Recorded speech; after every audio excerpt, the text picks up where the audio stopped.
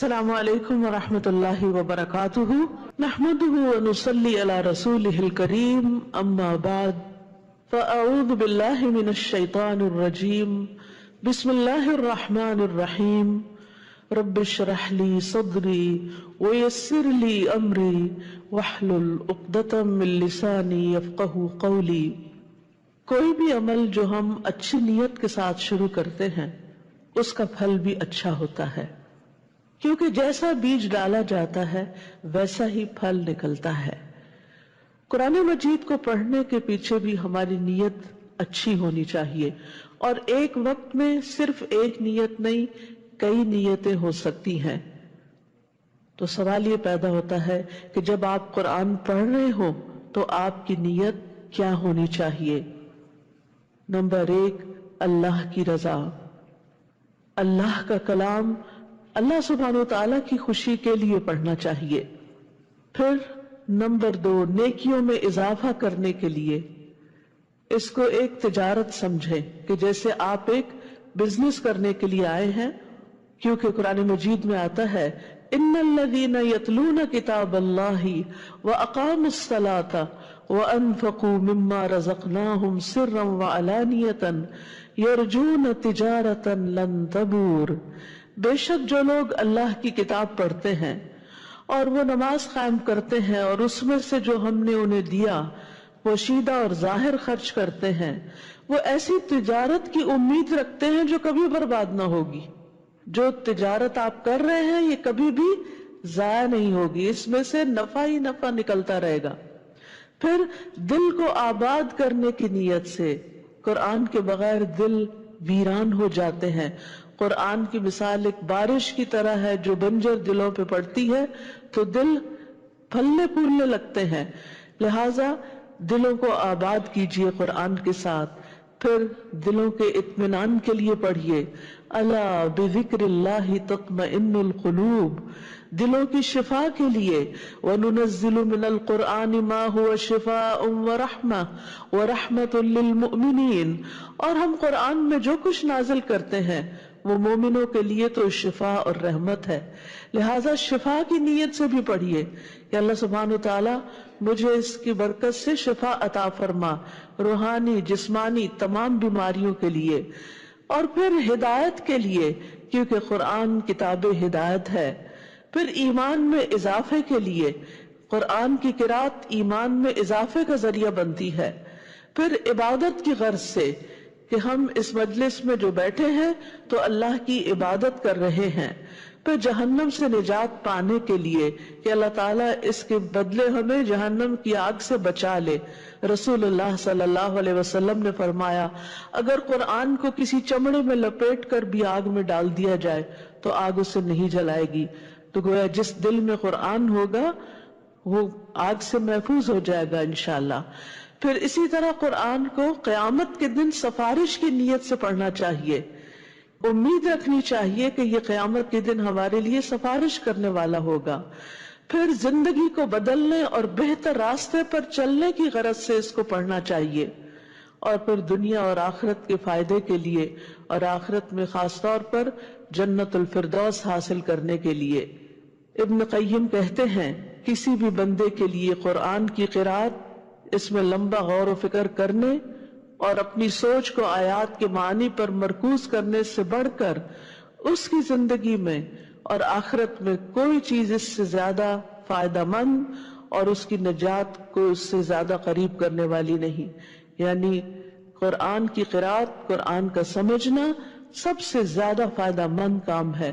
تو آئیے ہم دوسرے پارے کا آغاز کرتے ہیں۔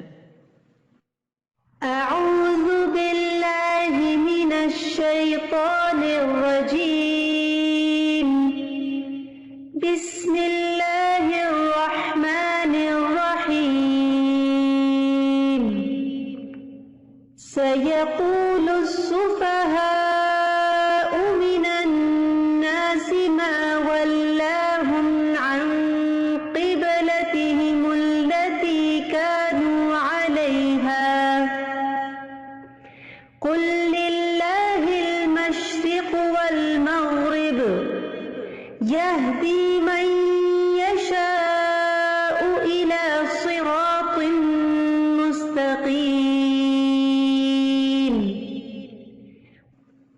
کرتی ہوں اللہ کے نام سے جو بے انتہا مہربان نہایت رحم فرمانے والا ہے۔ لوگوں میں سے بے وقوف ضرور کہیں گے کہ ان مسلمانوں کو کس چیز نے ان کے اس قبلے سے پھیر دیا جس پر یہ تھے۔ کہہ دیجئے کہ مشرق اور مغرب اللہ ہی کا ہے، وہ جس کو چاہتا ہے سیدھے رستے کی طرف ہدایت دیتا ہے۔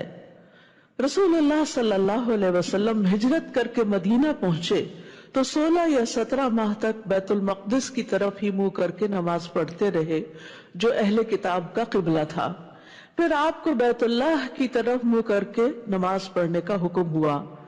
اس پر یہود، منافقین اور مشرکین سبھی نے اعتراضات شروع کر دیے کہ اگر وہ پہلا قبلہ درست تھا تو اسے بدلنے کی ضرورت کیا تھی، اور اگر یہ درست ہے تو اتنی دیر ادھر منہ کیوں رکھا؟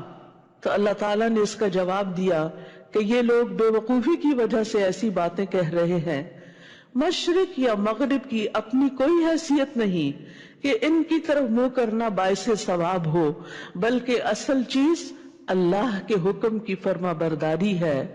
قل للہ المشرق والمغرب، مشرق و مغرب کا مالک اللہ ہے، لہذا عبادت میں اصل چیز اللہ سبحانہ وتعالیٰ کی اطاعت ہے۔ تو عبادت ظاہری اور باطنی اقوال اور افعال میں اللہ کی اطاعت کے مطابق کام کرنا، یہ اصل عبادت ہے۔ اللہ سبحانہ وتعالیٰ حکم دے کہ مشرق کی طرف رخ کر لو تو ادھر کر لے، وہ کہے کہ مغرب کی طرف منہ پھیر لو تو اس طرف منہ پھیر لے، یہی اصل عبادت ہے۔ ایک بندے مومن کو کبھی بھی یہ حق حاصل نہیں رہا کہ جو اپنا سر تسلیم خم کر دیتا ہے پھر وہ اللہ کے حکم پر، اللہ کے فیصلے پر اعتراض کرے۔ تو یہاں پر جو اللہ کے حکم پر، اللہ کے دین پر، اللہ کے فیصلوں پر اعتراض کرتا ہے اس کو بے وقوف کہا گیا ہے۔ یہاں سے ایک اور بات بھی سیکھنے کی ہے کہ اگر لوگ اللہ سبحانہ وتعالیٰ کے فیصلوں پر اعتراض کرتے ہیں تو کیا آپ پر کبھی کوئی اعتراض نہیں کرے گا جب آپ 100% درست بھی ہو؟ بہت دفعہ زندگی میں ایسا ہوتا ہے کہ آپ بالکل صحیح بات کہہ رہے ہوتے ہیں لیکن اس کے باوجود لوگ آپ پر آبجیکشن کر رہے ہوتے ہیں، لوگ آپ پر کمنٹ کر رہے ہوتے ہیں، لوگ آپ کو ٹیز کر رہے ہوتے ہیں، لوگ آپ کا مذاق اڑا رہے ہوتے ہیں، لوگ آپ کو مجنون کہہ رہے ہوتے ہیں۔ تو ایسے میں کیا کرنا چاہیے؟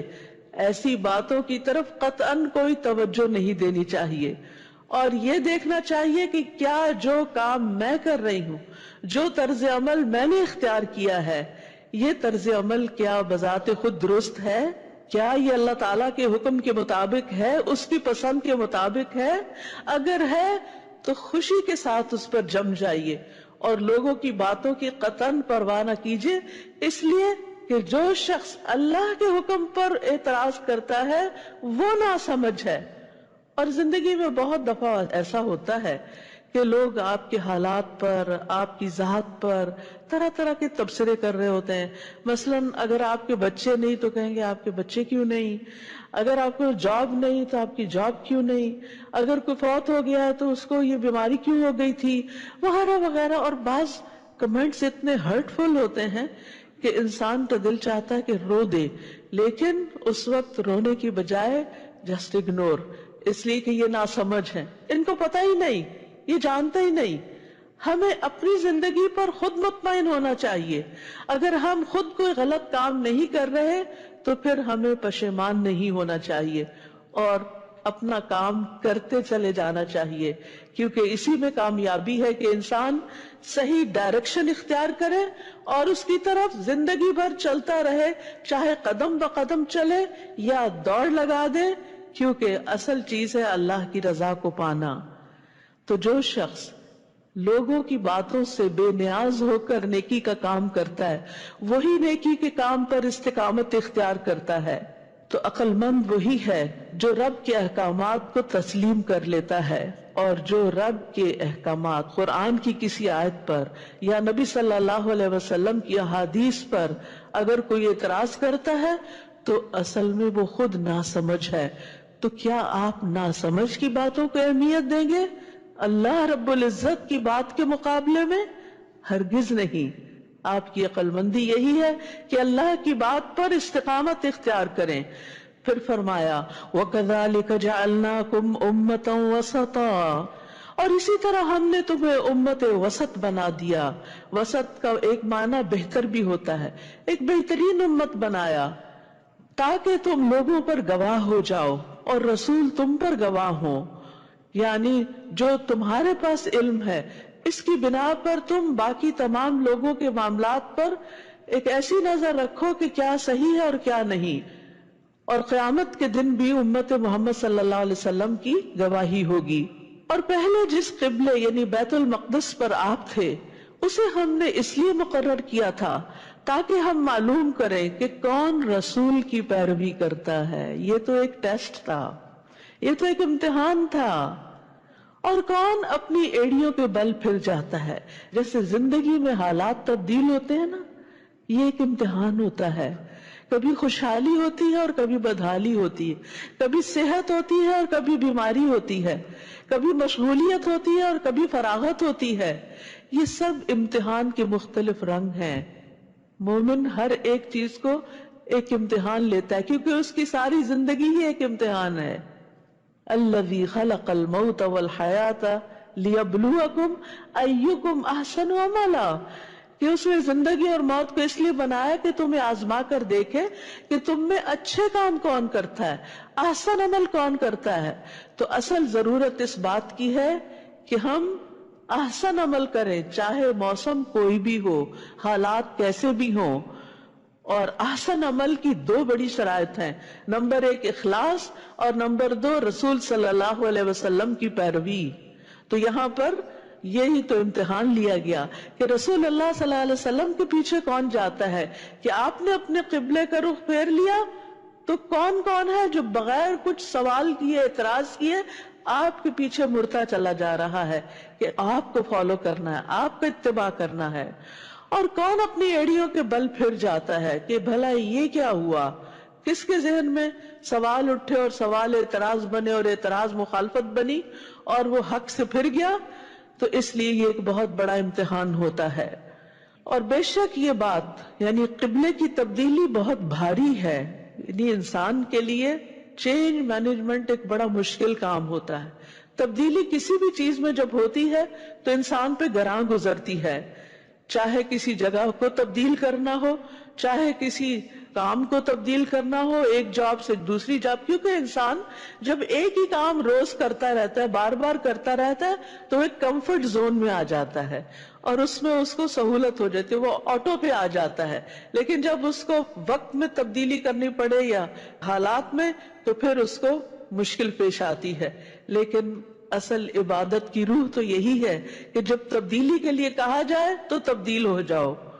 تو یہ قبلے کی تبدیلی بہت بھاری ہے، سوائے ان لوگوں کے جنہیں اللہ نے ہدایت بخشی، اور اللہ ایسا نہیں کہ تمہارے ایمان کو ضائع کر دے۔ یہاں ایمان سے مراد نماز ہے، نماز کو ایمان کہا گیا کیونکہ لوگوں کے دل میں یہ خیال پیدا ہوا تھا کہ جو نمازیں ہم نے دوسرے قبلے کی طرف رخ کر کے پڑھی تھی وہ ضائع تو نہیں ہو گئی۔ تو انہیں بتایا گیا کہ نہیں، اللہ تعالیٰ نے تمہارے پچھلی عبادات کو قبول کر لیا کیونکہ وہ بھی تم نے اللہ کے حکم کے مطابق ہی کی تھی۔ بے شک اللہ تو لوگوں پر بہت شفقت کرنے والا، نہایت رحم کرنے والا ہے، یعنی یہ اللہ تعالیٰ کی صفات ہیں۔ اور رأفت جو ہے، رؤوف کا لفظ جو ہے یہ رأفت سے ہے، رأفت رحمت کا سب سے آخری حصہ کہلاتا ہے، یعنی رأفت وہ مرحلہ ہے جو رحمت کے بعد آتا ہے۔ یعنی کہا جاتا ہے فلان رحیم، کہ فلاں بڑا مہربان ہے، اور جب وہ رحمت شدت پکڑتی ہے تو پھر وہ رؤوف بھی ہو جاتا ہے۔ اور اللہ اپنے سارے بندوں کے ساتھ بڑا ہی مہربان ہے، سب سے بڑھ کر رحم کرنے والا ہے، ماں سے بھی زیادہ بندے پر رحم کرنے والا ہے، دنیا اور آخرت میں رحم فرمانے والا ہے، بندوں کے لیے ہدایت کی راہیں کھولنے والا ہے، اور بندوں کے دنیاوی امور میں آسانی فراہم کرنے والا ہے۔ ان ربکم لرؤوف الرحیم۔ پھر تبدیلی قبلہ کے کچھ مزید احکامات۔ قد نرى تقلب وجهك في السماء، یقیناً ہم آپ کے چہرے کا بار بار آسمان کی طرف اٹھنا دیکھ رہے ہیں. آپ کو بھی انتظار تھا کیونکہ آخری نبی کی نشانی یہی تھی کہ اس کا قبلہ بیت اللہ شریف ہوگا. سو ہم ضرور آپ کو اسی قبلے کی طرف پھیر دیں گے جسے آپ پسند کرتے ہیں. تو آپ اپنا چہرہ مسجد حرام کی طرف پھیر لیں، حکم آ گیا. اور تم سب بھی جہاں کہیں ہو بس اسی کی طرف اپنے چہرے پھیر لو. اور بے شک جن لوگوں کو کتاب دی گئی ہے وہ خوب جانتے ہیں کہ یقیناً وہ ان کے رب کی طرف سے حق ہے کہ آخری نبی کا قبلہ وہی ہوگا، اور جو عمل وہ کرتے ہیں اللہ ان سے ہرگز غافل نہیں. اور البتہ اگر آپ ان اہل کتاب کے پاس ہر نشانی بھی لے آئیں تو بھی یہ آپ کے قبلے کی پیروی نہیں کریں گے. یعنی جنہیں نہیں ماننا انہیں نہیں ماننا، اور نہ آپ ان کے قبلے کی پیروی کرنے والے ہیں، اور نہ ان میں سے بعض کے قبلے کی پیروی کرنے والا ہے. کیونکہ یہود صخرہ کی طرف رخ کرتے تھے اور نصارہ مشرقی حصے کی طرف رخ کیا کرتے تھے عبادت میں. فرمایا کہ ان کا تو اپنا قبلہ بھی مختلف ہے، تو تم پر اعتراض کیوں؟ اور اگر آپ نے ان کی خواہشات کی پیروی کی باوجود اس کے کہ آپ کے پاس علم آ چکا، تو یقیناً آپ تب ظالموں میں سے ہو جائیں گے. تو یاد رکھیے، علم آنے کے بعد خواہشات کی پیروی کرنا اپنی جان پر ظلم کرنا ہے.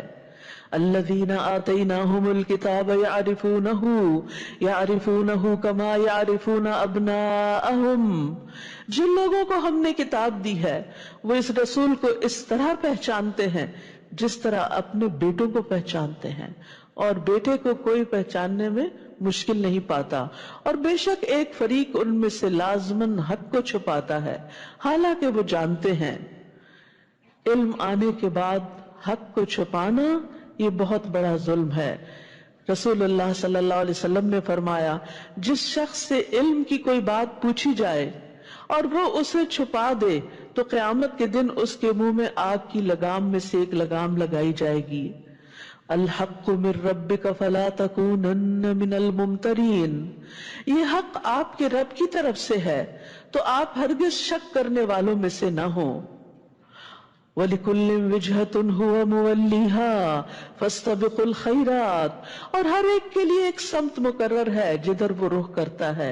یعنی ہر انسان کی زندگی کا ایک سینٹر آف لائف ہے جس کی طرف وہ پلٹ کر جاتا ہے. تمہارا سینٹر آف لائف کیا ہونا چاہیے؟ تمہاری کوشش اور تمہاری طلب اور تڑپ کس طرف ہونی چاہیے؟ فَاسْتَبِقُوا الْخَيْرَاتِ، تم خیرات، نیکیوں میں، خیر کے کاموں میں، بھلائی کے کاموں میں آگے بڑھو. ہم سب بھی سوچیں کہ ہمارا سینٹر آف لائف کیا ہے. جب ہم فارغ ہوتے ہیں، جب ہم اپنی تھکاوٹ دور کرنا چاہتے ہیں، جب ہم ریلیکس ہونا چاہتے ہیں، جب ہم خوش ہونا چاہتے ہیں، تو کس طرف رجوع کرتے ہیں؟ کیا اٹھاتے ہیں؟ Cell phone, screen. اب ہم فارغ ہوئے، اب ہم ذرا مزہ کرتے ہیں، اور کبھی ادھر گھومتے پھرتے ہیں، کبھی ادھر سیر کرتے ہیں. پہلے سیر کرنے کے لیے باہر نکلنا پڑتا تھا، اب یہ کہ بیٹھے بیٹھے ہی سیر ہو جاتی، لیٹے لیٹے ہی سیر ہو جاتی.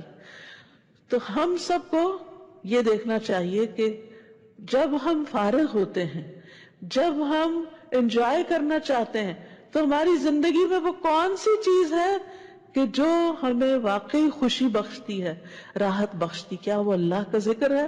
کیا وہ اللہ کا کلام قرآن ہے؟ کیا وہ کوئی ذکر کی مجلس ہے؟ کیا وہ کوئی نیک صالح صحبت ہے؟ وہ کیا چیز ہے کہ جس کی طرف ہم دوڑتے ہیں؟ تو مومن کو نیکیوں کی طرف دوڑتے چلے جانا چاہیے کہ نیکی کا کوئی بھی کام ہو وہ شوق سے اس کی طرف بڑھے. اور فَاسْتَبِقُوا، سباق عربی میں کہتے ہیں دوڑ لگانے کو، یعنی جلدی چلو اس طرف. جہاں کہیں بھی تم ہوگے اللہ تم سب کو لے آئے گا. بے شک اللہ ہر چیز پر خوب قدرت رکھنے والا ہے. ضروری نہیں کہ ہر ایک کے لیے سیل ہی سب سے عام ہو. کچھ لوگوں کے لیے ان کا مال، ان کا بزنس، ان کی جاب بڑی اہم ہوتی ہے، ہر چیز اس کے گرد گھومتی ہے. کچھ لوگوں کے لیے ان کی اولاد بڑی اہم ہوتی ہے، وہ سارا وقت، ان کی توجہ، ان کی محبت، ان کا مال، ان کا وقت اسی کے اندر لگ رہا ہوتا ہے. تو دیکھیے کہ آپ کی زندگی میں کون سی چیز ہے جس میں آپ کا مال بھی لگ رہا ہے، آپ کی جان بھی لگ رہی، آپ کا وقت بھی لگ رہا، آپ کا شوق لگ رہا، آپ کا جذبہ، آپ کی ہر چیز وہاں انویسٹ ہو رہی ہے. اور وہ کیا ہونا چاہیے؟ فاستبقوا الخیرات. تو یہ کی ورڈ ہے آج کا، فاستبقوا الخیرات. نیکیوں کی طرف دوڑ لگانا میری زندگی کا مقصد ہے. اور آپ جہاں کہیں سے بھی نکلیں، نماز میں اپنا چہرہ مسجد حرام کی طرف کر لیں. اس پہ علماء کا اتفاق ہے کہ فرض نماز کے وقت کہیں پر بھی آپ ہوں، قبلے کی طرف رخ کرنا لازم ہے، اس کے بغیر نماز نہیں ہوتی. اور بے شک وہ آپ کے رب کی طرف سے یقیناً حق ہے، اور جو عمل تم کرتے ہو اللہ اس سے غافل نہیں ہے. اور جہاں کہیں سے بھی آپ نکلیں، اپنا چہرہ مسجد حرام کی طرف پھیر لیں. اور تم سب جہاں بھی ہو اپنے چہرے اسی مسجد کی طرف پھیر لیا کرو، تاکہ لوگوں کے پاس تمہارے خلاف کوئی حجت نہ رہے. مگر جن لوگوں نے ان میں سے ظلم کیا ہے تو ان سے نہ ڈرو اور مجھ سے ڈرتے رہو، اور تاکہ میں تم پر اپنی نعمت تمام کر دوں اور تاکہ تم ہدایت پا جاؤ. فلا تخشوہم واخشونی. لوگوں سے نہیں ڈرو، لوگوں سے نہیں ڈرو، اللہ سے ڈرو. اور جو اللہ سے ڈرے گا پھر وہ اللہ کی طرف راغب ہوگا، اور جو اللہ کی طرف راغب ہوگا وہ اس کے احکامات کی پابندی کرے گا، اور پھر اللہ اس پر اپنی نعمت تمام کرے گا. اللہ اس کو اپنی طرف آنے کا راستہ، ہدایت کا راستہ دکھا دے گا. تو یاد رکھیے، اللہ کی خشیت علم والوں کا شعار ہوتی ہے. انبیاء کی صفت وَيَخْشَوْنَهُ وَلَا يَخْشَوْنَ أَحَدًا إِلَّا اللَّهِ، کہ وہ اللہ سے ڈرتے ہیں اور اللہ کے سوا کسی سے نہیں ڈرتے. فرشتوں کی صفت وَهُمْ مِنْ خَشْيَتِهِ مُشْفِقُونَ، کہ وہ اسی کے خوف سے ڈرنے والے ہیں. متقین کی صفت، متقین کون ہیں؟ وَذِكْرًا لِلْمُتَّقِينَ الَّذِينَ يَخْشَوْنَ رَبَّهُمْ، جو اپنے رب سے ڈرتے ہیں. تو ایمان والوں کو لوگوں سے ڈرنے کی بجائے اللہ سے ڈرنا چاہیے، اور دین کے معاملے میں اللہ پر بھروسہ کرنا چاہیے اور اللہ کی اطاعت کرتے رہنا چاہیے. نماز کا وقت آ گیا، لوگوں سے نہ ڈرے. جہاں کہیں وقت آئے وہاں پر پڑھ لیں، چاہے آپ کسی پبلک پلیس میں ہو یا کسی پارٹی میں ہو یا کسی گیدرنگ میں ہو. اللہ کی طرف سے پکار آئے تو فوراً لبیک کہیں. حجاب کی بات ہو، حلال کمانے کی بات ہو، کوئی بھی چیز ہو، حق بیان کرنے کی بات ہو، اللہ سبحانہ تعالیٰ کی طرف ہی رجوع کریں، کیونکہ اللہ کا ڈر نجات کا ذریعہ ہے. رسول اللہ صلی اللہ علیہ وسلم نے فرمایا 3 چیزیں نجات دینے والی ہیں، جن میں سے ایک چھپے اور ظاہر میں اللہ کی خشیت، یعنی سب کے سامنے بھی اور تنہائی میں بھی. حدیث میں آتا ہے وہ آدمی آگ میں داخل نہ ہوگا جو اللہ کے ڈر سے رویا یہاں تک کہ دودھ تھن میں واپس چلا جائے، یعنی لازماً آگ سے بچ جائے گا انشاءاللہ. پھر فرمایا کما ارسلنا فیکم رسولا منکم یتلو علیکم آیاتنا ویزکیکم ویعلمکم الکتاب والحکمہ ویعلمکم ما لم تکونوا تعلمون. اور جس طرح ہم نے تمہارے اندر تم ہی میں سے ایک رسول بھیجا ہے جو تم پر ہماری آیات کی تلاوت کرتا ہے اور تمہارا تزکیہ کرتا ہے اور تمہیں کتاب و حکمت کی تعلیم دیتا ہے اور تمہیں وہ کچھ سکھاتا ہے جو تم نہیں جانتے تھے. تو اللہ سبحانہ وتعالیٰ نے مومنوں کی ہدایت کے لیے ان کے اندر ایک رول ماڈل بھیجا، ایک رسول بھیجا جو 4 کام کرتا ہے: آیات کی تلاوت، تزکیہ، کتاب و حکمت کی تعلیم. لہذا آپ کے امتی ہونے کی حیثیت سے یہی ہمارا مشن بھی ہونا چاہیے کہ ہم اللہ کی کتاب کو پڑھیں بھی، پڑھائیں بھی، اللہ کے رسول صلی اللہ علیہ وسلم کی حکمت کے ساتھ بھی بہترین معاملہ کریں. اور پھر ان سب چیزوں کے پڑھنے پڑھانے کا مقصد کیا ہو؟ یعنی تلاوت برائے تلاوت نہ ہو، تعلیم برائے تعلیم نہ ہو، بلکہ مقصود آؤٹ کم تزکیہ ہو کہ انسان ظاہر اور باطن میں سنور جائے. تزکیہ سنوارنے کے عمل کو کہتے ہیں کہ انسان پہلے سے زیادہ مینر فل ہو جائے، اس کے اندر بہترین اخلاق آ جائے، اس کا کردار چمک اٹھے، وہ ایک بہترین انسان بن جائے جو لوگوں کے لیے خیر کا باعث ہو. فاذکرونی اذکرکم واشکروا لی ولا تکفرون، بس تم میرا ذکر کرو، میں تمہارا ذکر کروں گا، تم مجھے یاد رکھو، میں تمہیں یاد رکھوں گا، اور تم میرا شکر ادا کرو اور میری ناشکری نہ کرو۔ ایمان والوں کو کیا حکم ہے؟ وَاذْكُرُوا اللَّهَ كَثِيرًا لَعَلَّكُمْ تُفْلِحُونَ، اور اللہ کو کثرت سے یاد کرو تاکہ تم فلاح پاؤ، کامیاب ہو جاؤ۔ یاد رکھیے اللہ کا ذکر جو ہے وہ ہر چیز سے بہتر چیز ہے۔ بہترین عمل یہ ہے کہ انسان جب دنیا سے رخصت ہو تو اس کی زبان پر اللہ ہی کا ذکر ہو، اللہ کے ساتھ جب ملاقات ہو، انسان موت کے وقت میں جب اللہ کی طرف جا رہا ہو تو ذکر کرتا ہوا جائے، اللہ کو یاد کرتا ہوا جائے۔ اور اللہ تعالیٰ فرماتے ہیں میں اپنے بندے کے ساتھ ہوتا ہوں جب تک وہ مجھے یاد کرتا ہے، اور میری یاد میں اپنے دونوں ہونٹ ہلاتا رہتا ہے۔ اور یہ بھی یاد رکھیے کہ جس طرح کا ذکر ہم کریں گے ویسا ہی ذکر ہمارا بھی ہوگا۔ ذکر سے انسان کا ایمان بھی بڑھتا ہے، اللہ کا قرب بھی بڑھتا ہے، اللہ کی محبت بھی بڑھتی ہے، اللہ کی خشیت بھی بڑھتی ہے، بے شمار فائدے ہیں اس کے۔ اور اس کی بہترین شکل نماز ہے۔ یا ایھا الذین آمنوا، اے لوگو جو ایمان لائے ہو، استعینوا بالصبر والصلاۃ، صبر اور نماز کے ساتھ مدد طلب کرو۔ ان اللہ مع الصابرین، بے شک اللہ صبر کرنے والوں کے ساتھ ہے۔ ذکر اور شکر کے بعد یہاں پر صبر کا ذکر آیا ہے۔ جس انسان کی زندگی میں یہ تین چیزیں شامل ہو جائیں وہ خوشحال ترین انسان ہے۔ ذکر، شکر، صبر۔ ذکر اللہ کی یاد، شکر اللہ کی نعمتوں پر محبت کا رویہ، بہترین عملی رویہ، اور مشکلات آنے پر صبر کا رویہ۔ اور ان سب چیزوں میں مددگار ہوتی ہے نماز۔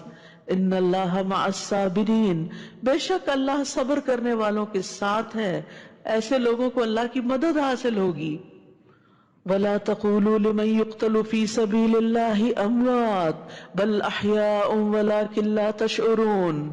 سب سے زیادہ صبر انسان موت کے صدمے پر کرتا ہے، اور کرنا چاہیے، کیونکہ موت کے بعد پھر کچھ واپس نہیں آتا۔ تو یہاں پر شہادت کی بات کی گئی کہ جو لوگ اللہ کے راستے میں مارے جائیں انہیں مردہ نہ کہو۔ یعنی صبر کرنے کے لیے اصل میں چاہیے کیا ہوتا ہے؟ سب سے پہلے اپنی سوچ بدلنی ہوتی ہے۔ جب آپ کی تھنکنگ پازیٹیو ہو جاتی ہے تو آپ کو صبر کرنا آ جاتا ہے۔ آپ کسی بھی حادثے، کسی بھی مصیبت کا مثبت رخ جب دیکھنے لگتے ہیں، اس میں خیر تلاش کرنے لگتے ہیں، تو آپ کا دل ٹھہر جاتا ہے، آپ کو صبر آ جاتا ہے۔ اسی لیے یہاں پر اللہ کے راستے میں موت کو زندگی کہہ کے، موت کو زندگی کا بالکل الٹ بات، تو اس سے صبر دلایا گیا، صبر کے لیے کلو دیا گیا۔ وہ زندہ ہے، یعنی جو لوگ اللہ کی خاطر اپنی جان دے دیں وہ مرتے نہیں ہوتے، وہ زندہ ہے، لیکن تم شعور نہیں رکھتے، تمہیں یہ بات سمجھ نہیں آتی کہ موت زندگی کیسے ہو سکتی ہے۔ اور یاد رکھو صبر تو زندگی بھر کرتے ہی رہنا پڑے گا، کیونکہ زندگی میں آزمائشیں آئیں گی۔ کون کون سی آزمائشیں؟ وَلَنَبْلُوَنَّكُمْ بِشَيْءٍ مِّنَ الْخَوْفِ وَالْجُوعِ وَنَقْصٍ مِّنَ الْأَمْوَالِ وَالْأَنفُسِ وَالثَّمَرَاتِ وَبَشِّرِ الصَّابِرِينَ، اور ہم تمہیں خوف اور بھوک اور مالوں اور جانوں اور پھلوں کی کمی میں سے کسی نہ کسی چیز کے ساتھ ضرور بس ضرور آزمائیں گے، اور صبر کرنے والوں کو خوشخبری دے دیجئے۔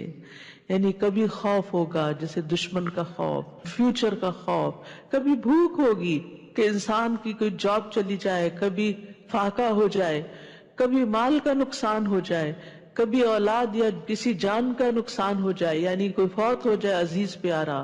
اور پھل تو ہر چیز کا آؤٹ کم ہوتا ہے کہ انسان کی ساری زندگی کی محنت کبھی اس کے سامنے برباد ہو جائے۔ پھل ہوتا ہے کسی بھی کام محنت کے بعد جو آخری نتیجہ ہوتا ہے، یعنی ساری زندگی ایک چیز پر کام کیا اور جب آخری نتیجہ آیا تو اس کا پھل کھانا نصیب نہ ہوا، تو وہ انسان کے لیے بڑا تکلیف دہ مرحلہ ہوتا ہے۔ تو اس سے بھی آزمائش ہو سکتی ہے۔ مثلاً والدین نے اپنے بچے کو بچپن سے بہت اچھی تربیت دی، پڑھایا لکھایا، اس کو ہر طرح کے قابل بنایا، جب وہ بڑا ہوا اس کی بہترین جاب لگ گئی کہ اچانک ایکسیڈنٹ میں فوت ہو، تو پھل چلا گیا، یعنی وہ محنتوں کا پھل تھا۔